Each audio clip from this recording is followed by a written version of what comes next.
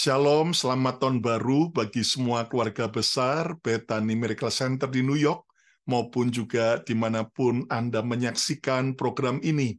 Saya percaya bahwa dimulai dari awal tahun ini, berbagai tantangan, bahkan juga musibah yang kita dengar terjadi di Jepang, baik gempa maupun kebakaran pesawat, dan saudara sekalian, bahkan juga beberapa gempa yang terjadi, bahkan kecelakaan yang ada di Indonesia, bahkan juga di negara-negara lain termasuk di Amerika. Tapi tetap percayalah bahwa di tengah-tengah kesulitan tantangan apapun, Tuhan mau kita tetap mempercayai Tuhan. Saudara sekalian, tahun ini, 2024, Tuhan memberikan tema yang jelas buat kita, tahun tuaian. Anda harus percaya bahwa Tuhan mau memberikan tuaian buat setiap kita. Yang percaya, katakan amin. Tentunya Tuhan mau memberikan di tahun ini tuaian dalam berbagai area yang baik dalam hidup kita. Bagi gereja lokal dan bagi tubuh Kristus, kita berdoa dan kita percaya tahun ini, di tengah goncangan yang terjadi, akan terjadi tuaian jiwa-jiwa yang akan Tuhan kirimkan. Tetapi juga bagi setiap kita pribadi, mari kita belajar berdoa dan percaya akan ada tuaian dalam berbagai area yang baik dalam hidup kita. Baik tuaian bagi yang belum menikah, tahun ini Tuhan akan pertemukan dan akan menikah. Amin. Bagi Anda yang belum punya anak, yang sudah menikah, Tuhan akan buka kandungan dan Tuhan akan memberikan tuaian anak yang ajaib. Bagi saudara yang sudah lama berdoa bergumul tentang masalah ekonomi, mari kita belajar percaya tahun ini Tuhan akan mengembalikan, memulihkan keadaan keuangan kita. Tidak lagi minus, tidak lagi pas-pasan, tidak lagi hutang, tetapi justru akan bebas hutang, bahkan akan hidup dalam kelimpahan. Bahkan Tuhan juga berjanji bagi setiap kita yang punya pergumulan dalam masalah keluarga, masalah kesehatan, percayalah tuaian jawaban doa akan Tuhan berikan buat saudara dan saya. Nah, hari ini saudara sekalian, kita akan memulai subtema kita, saudaraku, di bulan Januari ini adalah taburlah benihmu. Nah, semua kita tentu mau untuk mengalami tuaian. Tetapi yang menarik, saudara sekalian, kita akan lihat di dalam Mazmur 126 ayat 5 sampai ayat yang ke-6. Mazmur 126 ayat 5 sampai ayat yang ke-6, Alkitab berkata bahwa orang-orang yang menabur dengan mencucurkan air mata. Lihat, ada kata menabur dengan mencucurkan air mata, akan menuai dengan sorak-sorai. Ayat yang ke-6, orang yang berjalan maju dengan menangis sambil menabur benih. Lihat, dengan menangis sambil menabur benih. Tadi ada mencucurkan air mata sambil menabur, lalu juga ada kata menangis sambil menabur benih. Pasti pulang dengan sorak-sorai sambil membawa berkas-berkasnya. Luar biasa sekali kalau Anda baca dari dua ayat ini. Menarik, ada dua penjelasan bahwa sebelum terjadi tuaian, selalu didahului dengan adanya cucuran air mata dan tangisan. Saya ulang lagi ya, Anda perhatikan baik-baik. Ternyata dari dua ayat ini dijelaskan bahwa sebelum terjadi tuaian, itu akan ada lebih dulu cucuran air mata dan tangisan. Nah, secara logika, mari kita periksa dan kita renungkan. Seorang petani yang sedang menabur benih biasanya disertai dengan cucuran keringat, bukan cucuran air mata. Namun, mengapa pemazmur tidak berkata orang yang menabur sambil mencucurkan keringat?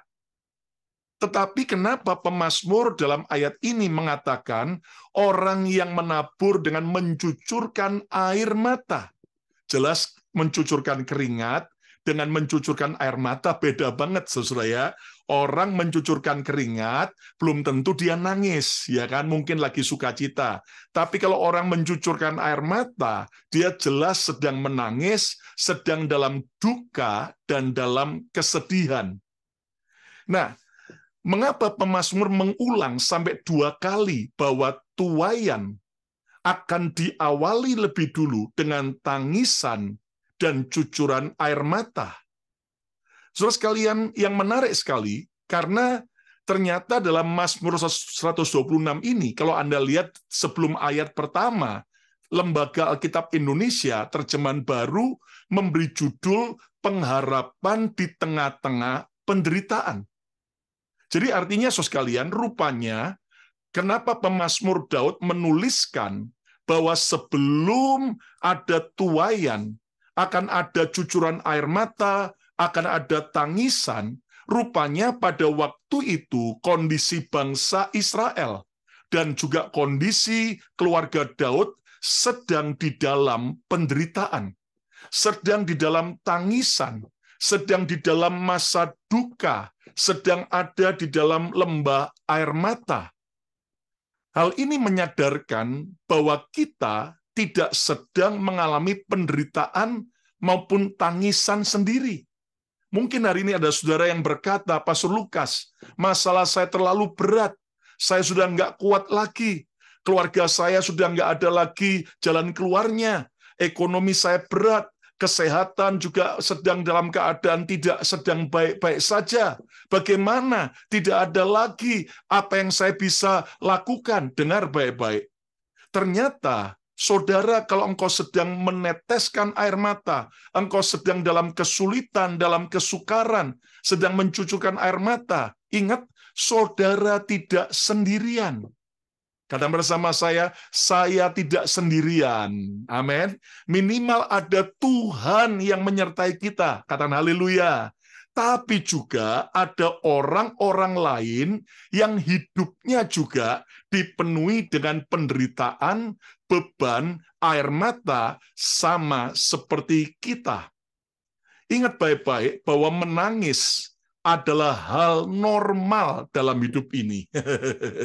Mungkin kita, para pria terutama, kita menganggap kalau pria nangis itu cengeng, banci.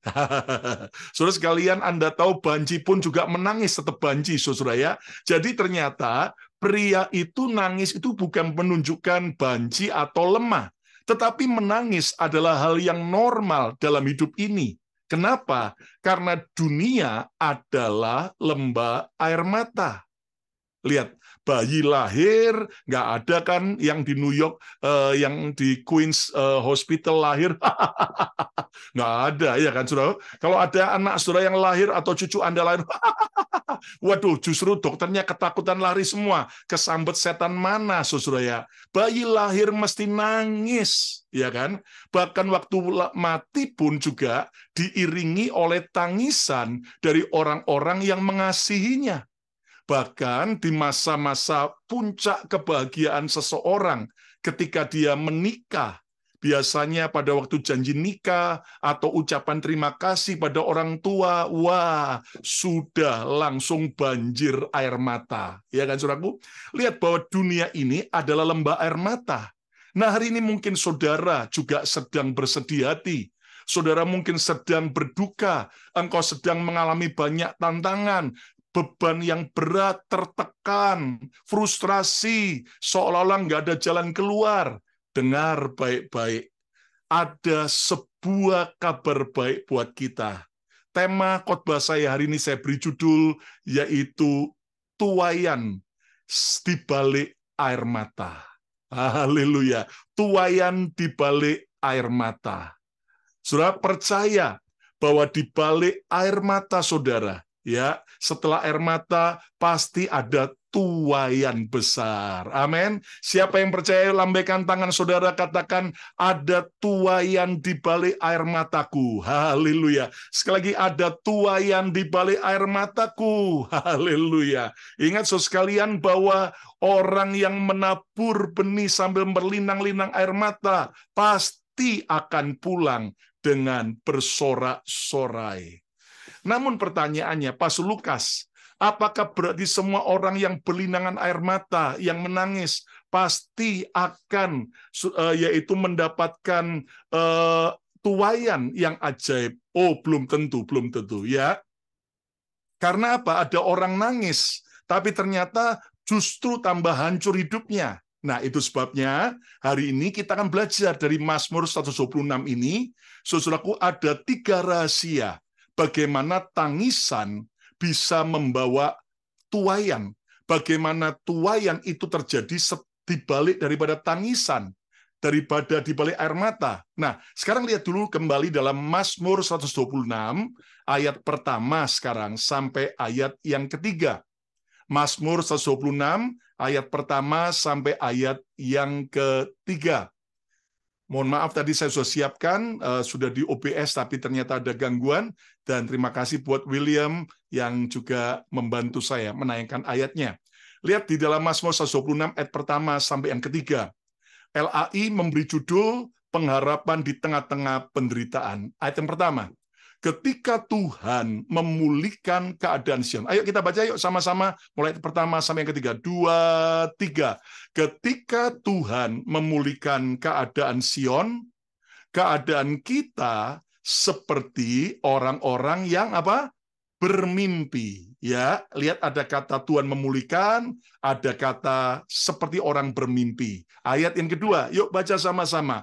Pada waktu itu mulut kita penuh dengan tertawa, dan lidah kita dengan apa? Sorak-sorai.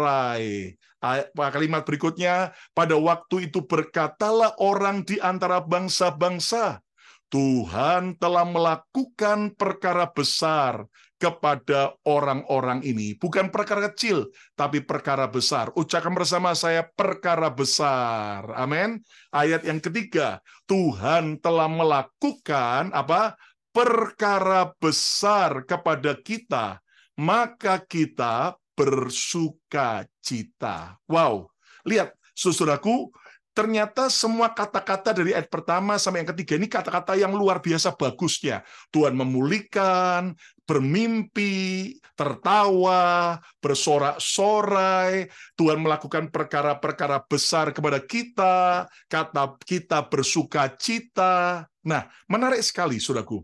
Karena di ayat yang kelima dan yang keenam dari pasal ini, pemazmur mengingatkan bahwa orang bisa mencucurkan air mata, orang bisa menangis, tapi di ayat yang pertama sampai yang ketiga diulangi kalimat, "Hei, ada waktunya kamu akan tertawa, kamu akan melihat Tuhan memulihkan keadaanmu, kamu akan penuh dengan sorak-sorai, kamu akan mendengar orang berkata bahwa Tuhan melakukan perkara besar, Tuhan melihat kita bersukacita." Nah, dari ayat pertama sampai ayat yang ketiga ini kita belajar rahasia pertama, bagaimana tuaian itu akan diikuti dengan tuaian itu sudah terjadi di balik daripada air mata tangisan kita. Yang pertama, jangan kehilangan pengharapan di tengah penderitaanmu. Saya ulangi lagi, jangan kehilangan pengharapan di tengah penderitaanmu. Saudara sekalian, lihat dari ayat pertama sampai yang ketiga. Itu adalah kata-kata pengharapan, kata hope. Bahkan Lembaga Alkitab Indonesia memberi judul yaitu pengharapan di tengah penderitaan.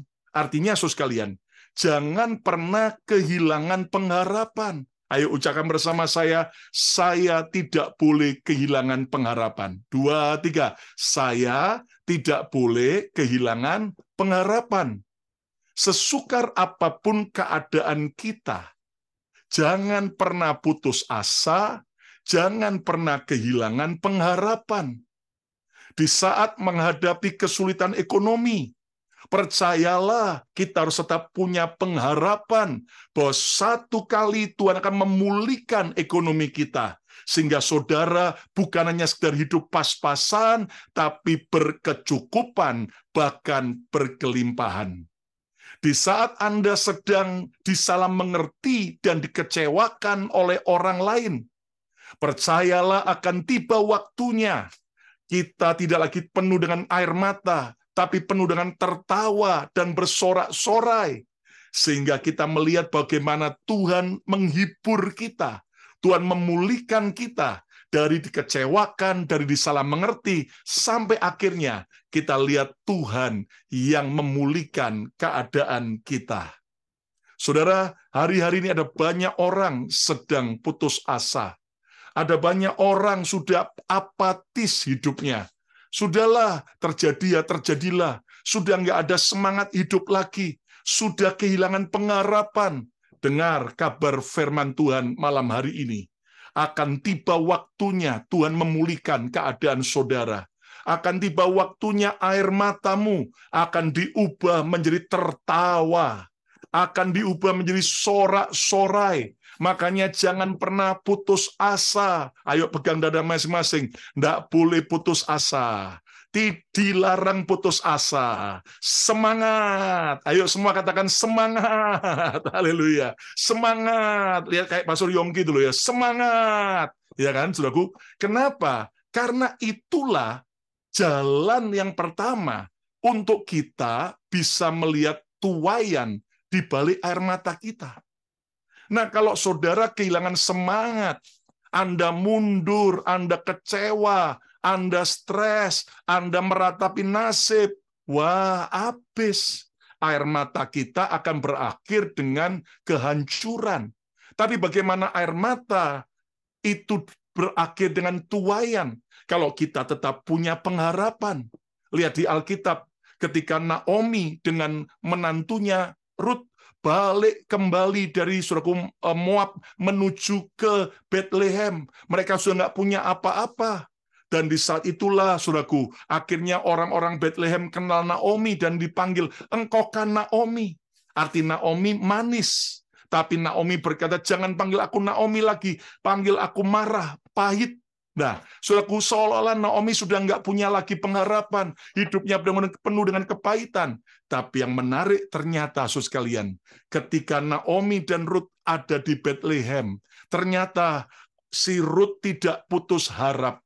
Ruth berkata, boleh enggak aku cari makanan? Dan singkatnya dia pergi ke ladang, cari sisa-sisa jelai dari penuaian jelai, dan Tuhan campur tangan semua. Singkatnya pemilik ladang itu akhirnya orang kaya bernama Elimelek akhirnya menikahi Ruth, saudaraku, sebagai istrinya, dan akhirnya dari orang yang hancur ekonominya dipulihkan jadi orang yang diberkati Tuhan. Bahkan akhirnya dari Ruth dan Boas lahirlah kelak keturunan daripada Isai ayat Daud, dan lahirlah Raja Daud. Bahkan kelak 14 generasi setelahnya lahirlah Yesus Kristus Tuhan kita. Amin, saudaraku.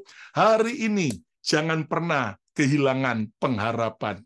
Kalau ada saudara yang masih belum dapat jodoh, tetaplah berharap. Tidak lama lagi Tuhan sediakan jodoh yang terbaik. Amin. Bagi saudara yang masih kehilangan pekerjaan, jangan putus asa. Percaya dengan iman bahwa ada waktunya Tuhan akan segera lagi membuka jalan pekerjaan yang terbaik. Katakan amin. Apapun yang sedang kau hadapi, jangan pernah kehilangan pengharapan. Bagi hamba-hamba Tuhan, para hamba-hamba Tuhan, pelayan Tuhan, jangan kehilangan pengharapan. Ada para gembala, pendeta, hamba Tuhan sudah putus asa, kehilangan pengharapan, sudah gembos, sudah nggak lagi punya semangat. Kenapa? Karena dia melihat terlalu berat pelayanannya. Dengar, dalam Kristus selalu ada pengharapan. Dan pengharapan dalam Kristus tak pernah mengecewakan. Walaupun awalnya kita harus lewati keadaan yang mengecewakan, tapi ujung-ujungnya pasti happy ending. Lihat bahwa di balik salib penderitaan akan ada mahkota kemuliaan. Percayalah bahwa salib Kristus lambang positif. Artinya kita nggak pernah boleh pesimis, terus berharap, berharap, dan berharap. Seperti Abraham, sudah nggak ada alasan untuk berharap, namun dia tetap berharap janji Tuhan, aku akan menjadi bapak banyak bangsa. Dan ternyata akhirnya Tuhan justru buat mujizat tepat pada waktunya. Itu sebabnya hari ini jangan pernah putus pengharapan. Ayo pegang dada masing-masing lagi, katakan, dilarang putus asa. Haleluya. Terus berharap kepada Tuhan. Amin.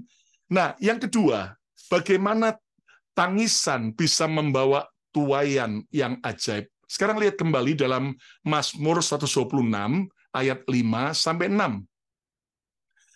Ayat 5 sampai 6 dikatakan begini, orang yang menabur dengan mencucurkan air mata akan menuai dengan bersorak-sorai. Lihat, ini ayat dikatakan nggak cuma asal mencucurkan air mata loh, tapi kalimat sebelumnya apa? Orang yang menabur. Jadi sambil nangis, cucurkan air mata, jangan cuma asal nangis, tapi lagi menabur benih. Amin. Lalu di ayat yang ke-6, orang yang berjalan maju dengan menangis, nggak cuma nangis cengeng, baper, ya kan? Tapi sambil menabur benih.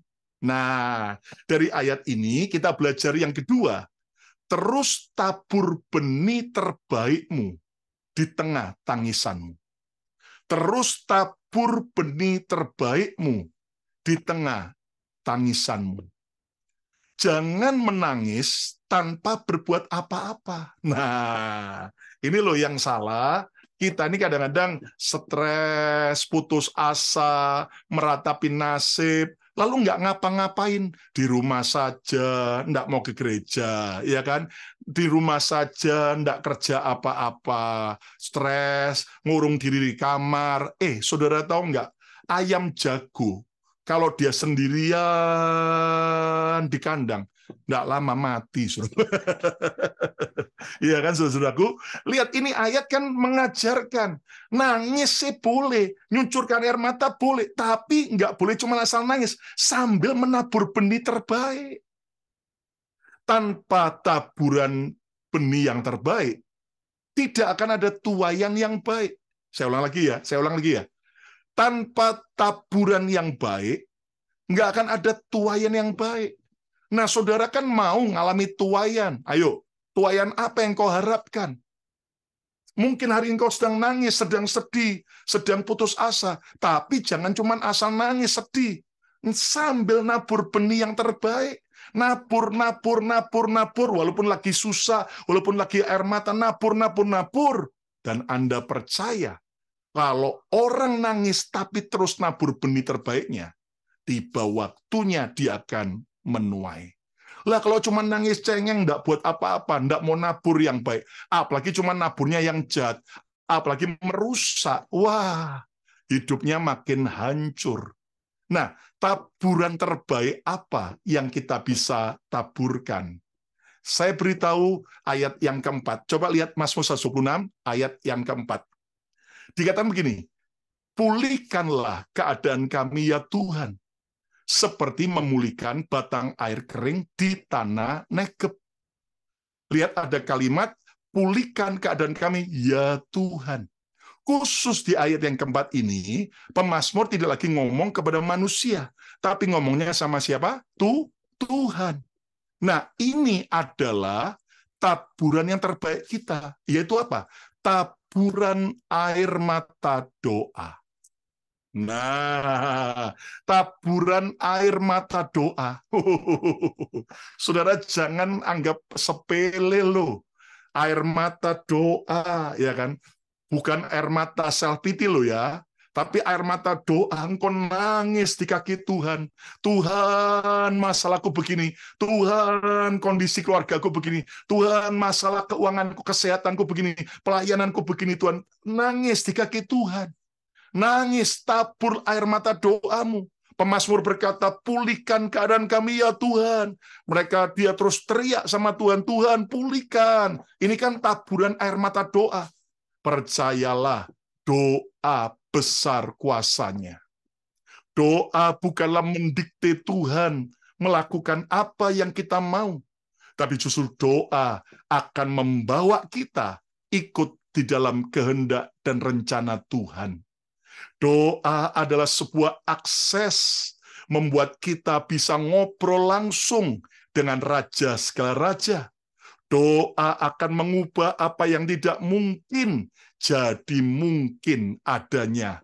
Doa orang yang benar sangat besar kuasanya. Hari ini, saat engkau sudah nggak tahu lagi apa yang harus kau lakukan, jangan sekedar nangis, tapi nangis tabur air mata doamu.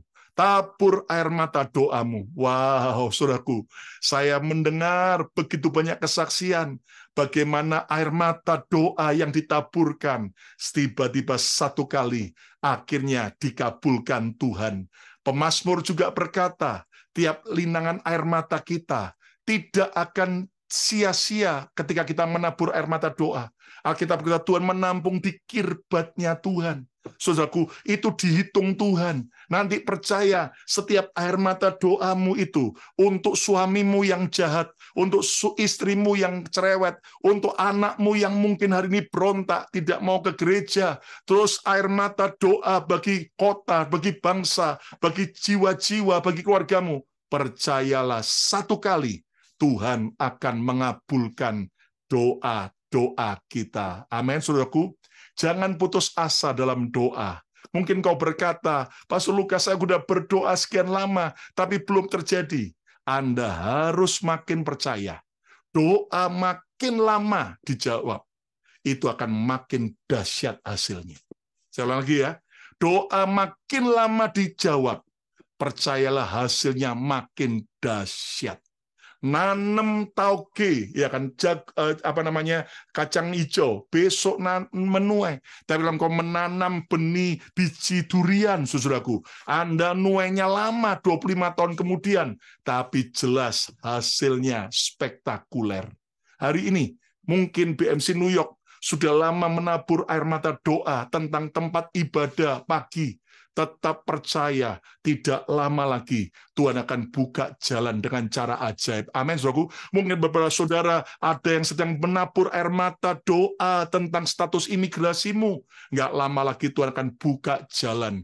Jadi jangan pernah nangis saja. Nangis tok. Nggak akan ada apa-apanya. Tapi nangis sambil menabur benih. Bahkan bukan cuma benih air mata doa. Tabur benih terbaikmu. Taburlah apa yang ingin Anda tuai. Kalau Anda mau mengalami tuaian keuangan, ayo di awal tahun taburlah keuanganmu. Saudara, ingat nabur doa menuai doa. Tapi kalau nabur uang akan nuai uang. Itu Alkitab yang mengatakan. Dan sekalian, saya bersyukur ya sejak kami sekeluarga beberapa tahun yang lalu diperintahkan Tuhan akhirnya memberi bukan hanya persepuluhan, tapi juga di awal tahun kami bawa buah sulung kami. Saya melihat bagaimana Tuhan itu dengan ajaib sampai hari ini Tuhan itu pelihara, cukupkan dengan cara-cara yang ajaib. Sudah tahu bagaimana dari sekolah S1 anak saya yang pertama Yehuda, Tuhan sudah campur tangan, sudah bisa masuk ke salah satu university yang terbaik di Amerika, di UPenn, termasuk Ivy League. Itu sudah kemurahan Tuhan. Malah akhirnya bisa dapat full scholarship, ya kan? Dari harusnya berapa 100.000 lebih, saya cuma bayar $5.000. Loh, itu kan semua karena Tuhan. Ya kan? Tapi nggak lepas dari ketika kami menabur dengan linangan air mata. Bahkan sekarang kemurahan Tuhan anak saya yang lanjutkan program S2, ya kan. Tapi Tuhan ajaib, ya memang S2 nggak ada yang full scholarship, sudah cari di mana-mana nggak ada. Tapi ajaib, ada diskon, ada juga mujizat, ada anugerah. Saya sampai bilang, nak lihat Tuhan itu buka jalan, tempat kosnya pun juga Tuhan buka jalan, harga yang murah, tapi fasilitas oke. Bahkan di rumah tempat kosnya ada kolam renangnya lah. Lagi bayangin, bapaknya aja di belakang rumah nggak ada kolam renangnya. Iya kan, saudaraku? Bahkan juga sampai kemudian sekarang anak saya yang pertama lagi ada di Florida. Kenapa? Karena ternyata dia terpilih dalam sebuah proyek daripada sebuah kumpulan yayasan orang-orang kaya, anak-anak Tuhan Kristen yang cinta Tuhan, namanya Joshua Project, di mana dipilih dari sekian banyak, saudaraku, anak-anak muda di seluruh Amerika yang akhirnya di-training tentang kekristenan, di-training tentang leadership, di-training tentang semua bisnis, tentang pelayanan, tentang manajemen, dilatih, saudaraku. Itu dibayarin semua, pesawatnya, hotelnya, saudaraku, bahkan selama berapa saat ini, saudaraku, dia akan bolak-balik ke beberapa tempat, saudaraku, dan itu semua dibiayai. Nah, Anda tahu, saya bilang, nak, kok kamu bisa kepilih? Lah, ya itu, Pak. Dari sekian ribu anak yang daftar, Pak, ternyata hanya dipilih paling 20 orang setiap tahun, tapi Yuda bisa dapat kepilih. Loh, saya bilang itu kan kemurahan Tuhan, ya kan? Saya bilang sama Yuda, wah, kamu sudah ngalahkan papa, kamu terbang balik dari Philadelphia balik ke California, baru cuman sehari, besoknya terbang lagi ke Florida, ya kan? Nanti 2-3 hari di sana training, kemudian balik lagi ke California. Nah, saya bilang Tuhan itu ajaib. Bayangin, saudaraku, ya, di masa-masa seperti ini, justru kalau kita nabur dalam keuangan, kita juga akan nikmati tuaian keuangan. Kalau saudara mau menuai kesehatan, tabur hidup yang sehat, ya kan? Jangan cuma berdoa minta sehat, tapi tabur hidup yang sehat. Olahraga, makan yang sehat, jangan stres, ya kan? Kalau saudara mau ngalami tuaian kebaikan, jangan jahat-jahat sama orang lain. Nabur yang baik, amin. Kalau Anda mau tuaian keluarga yang bahagia, taburlah kebahagiaan. Bagikan kebahagiaan, sukacita, jangan sok ngamuan terus. Ya, anak dimarah-marahin, istri dimarah-marahin, suami dimarah-marahin, stres semua. Ya, jadinya keluarga stres, bukan keluarga bahagia, saudara. Nah, hari ini mari terus tabur benihmu yang terbaik. Jadi walaupun kau sedang nangis, sedang air mata, banyak persoalan, jangan malah ngerusak. Jangan nggak berbuat apa-apa. Terus nabur benih yang terbaik. Yang setuju, katakan amin. Saudara mau menuai kesetiaan Tuhan, dan kesetiaan orang lain, tabur kesetiaan dulu kepada Tuhan dan orang lain. Kalau Anda mau mengalami tuaian dalam soal kemurahan hati, menabur dalam kemurahan hati, maka seperti yang kau tabur, engkau akan menuai. Kalau kita sempat di masa lalu salah menabur yang salah, menabur yang jahat, minta ampun sama Tuhan, supaya mulai hari ini kau menabur yang baik, dan percayalah, Tuhan akan memberikan tuaian yang baik. Amin. Yang terakhir, yang ketiga, bagaimana tuaian itu terjadi di balik air mata kita. Ayat yang terakhir, balik dalam ayat yang ke-6. Mazmur 126, ayat yang ke-6. Alkitab berkata, orang yang berjalan maju dengan menangis sambil menabur benih, pasti pulang dengan sorak-sorai sambil membawa berkas-berkasnya. Bukan hanya, saudaraku, sekedar punya pengharapan, bukan hanya terus menabur benih yang terbaik, tapi kalimat ini menarik. Ada kata orang yang berjalan maju. Bukan orang yang berjalan mundur. Bukan orang yang berjalan ke kanan atau ke kiri. Tapi orang yang berjalan maju ke depan. Bahasa yang keren sekarang adalah tegak lurus. Ya, saudaraku, ini bicara apa? Yang ketiga, yang terakhir. Teruslah berjalan maju, melakukan kehendak Tuhan. Teruslah berjalan maju, melakukan kehendak Tuhan. Jangan pernah mundur. Ya, kalau ada saudara yang sudah berencana mau mundur dari pelayanan, stop, balik kembali, berjalan maju di dalam pelayanan. Kalau ada saudara yang mau berhenti dari pernikahan Anda udah capek, udah lelah, Anda mau tinggalkan, stop, karena orang yang akan menuai adalah orang yang terus maju, terus maju, terus maju. Ayo ucapkan bersama saya, terus maju, terus maju. Amin. Ya, terus maju, berjalan, melakukan kehendak Tuhan. Walaupun Anda belum mendapatkan tuaian, tapi nggak pernah berhenti. Maju terus, maju terus. Ini adalah orang yang harus cepat move on. Ya, ada banyak orang tidak bisa move on, ya kan? Sudah 2024, tapi kesalahan orang lain di tahun 1870 masih terus terus sakit hatinya sampai sekarang. Itu namanya orang tidak bisa move on. Ayo, kalau berjalan maju itu cepat move on. Ya sudah, kemarin gagal, nggak apa-apa. Ayo hari ini bersama Tuhan kita bisa berhasil. Amin. Ya udah, nggak apa-apa. Kemarin orang nyakiti kita, hari ini kita sudah move on, sudah ngampuni, dan kita merdeka dari kebencian dan kepahitan. Haleluya. Ya, kemarin mungkin masa lalu kita penuh dengan banyak linangan air mata. Ayo move on. Tiap hari tersedia kasih karunia yang baru dari Tuhan. Makanya gini ya, kenapa Yesus berkata, kesusahan sehari cukuplah untuk... Nah, kita kan enggak gitu, ya kan? Kesusahan seminggu ditikul satu hari, stres. Makanya belajar, udahlah.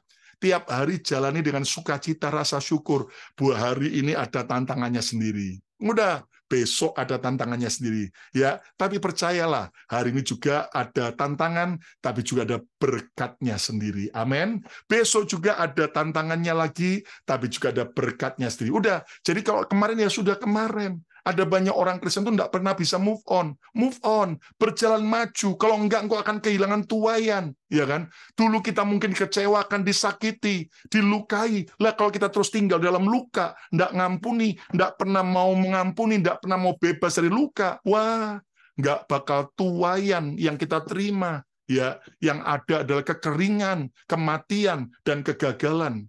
Kita juga harus terus berjalan di dalam kebenaran. Di saat yang lain sudah mundur, di saat yang lain hidupnya sudah nggak benar, di saat yang lain sudah nggak muncul ke Zoom, ya ibadah online ini, saudara tetap berjalan tegak lurus dalam kebenaran. Amin. Kita harus terus berjalan mengikuti kehendak Tuhan. Nggak cuman dulu kita ikut kehendak Tuhan, tapi sepanjang umur hidup kita, kita mau terus ikut kehendak Tuhan. Kesimpulannya, selama respon kita benar, percayalah di balik tangisanmu, pasti ada tuaian besar. Saya ulangi lagi, selama respon kita benar, percayalah di balik tangisanmu, pasti ada tuaian besar. Dan dari Mazmur 126 ini kita belajar 3 rahasia. Bagaimana tuaian terjadi di balik air mata kita. Yang pertama, jangan kehilangan pengharapan di tengah penderitaanmu. Sesukar apapun keadaan, tetap optimis. Tetap punya pengharapan. Yang kedua, terus tabur benih terbaikmu di tengah tangisanmu. Jangan cuma asal nangis, asal baper, hanya jangan cuma asal cemen, ya kan? Tapi terus tabur benih terbaikmu. Tabur benih doamu, tabur benih terbaik apa yang kau ingin tuai. Kalau kau mau ingin tuaian kekayaan bangsa-bangsa, taburlah benih keuangan terbaikmu. Kalau engkau mau mengalami tuaian, yaitu kebaikan, tabur yang baik kepada siapapun kita. Amin. Dan yang ketiga, terus berjalan maju, melakukan kehendak Tuhan. Jangan pernah mundur, jangan pernah belok, melenceng kanan, melenceng kiri, terus tegak lurus, maju, ikut kehendak Tuhan. Aku mau tetap setia sampai akhir hidupku, sekali Yesus, tetap Yesus selama-lamanya.